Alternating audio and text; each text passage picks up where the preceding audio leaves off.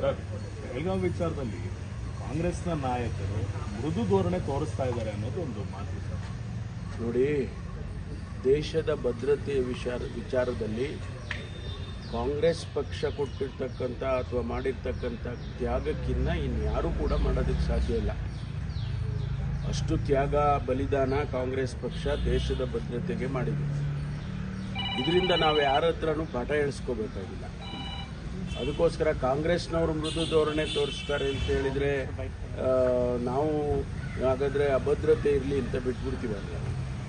ದೇಶದ ಭದ್ರತೆಯನ್ನು ಕಾಪಾಡ್ತಕ್ಕಂಥದ್ದು ನಮ್ಮೆಲ್ಲರ ಜವಾಬ್ದಾರಿ ಇದೆ. ಆದರೆ ಹೆಚ್ಚಿನ ಅಂಶ ಯಾರು ಅಧಿಕಾರದಲ್ಲಿರ್ತಾರೆ ಅವರು ತೀರ್ಮಾನಗಳನ್ನು ತಗೊಳ್ಳೋದಕ್ಕೆ ಅವರಿಗೆ ಅವಕಾಶ ಇದೆ. ಆದರೆ ನಾವೆಲ್ಲರೂ ಕೂಡ ಒಂದಲ್ಲ ಒಂದು ರೀತಿಯಲ್ಲಿ ಜವಾಬ್ದಾರಿ ನಮಗೂ ಕೂಡ ಎಲ್ಲರಿಗೂ ಇರಬೇಕಾಗುತ್ತೆ. ಕಾಂಗ್ರೆಸ್ ಅದಕ್ಕೆ ಸರ್ವಪಕ್ಷದ ಸಭೆಯಲ್ಲಿ ನಮ್ಮವರು ಹೇಳಿದ್ದಾರೆ,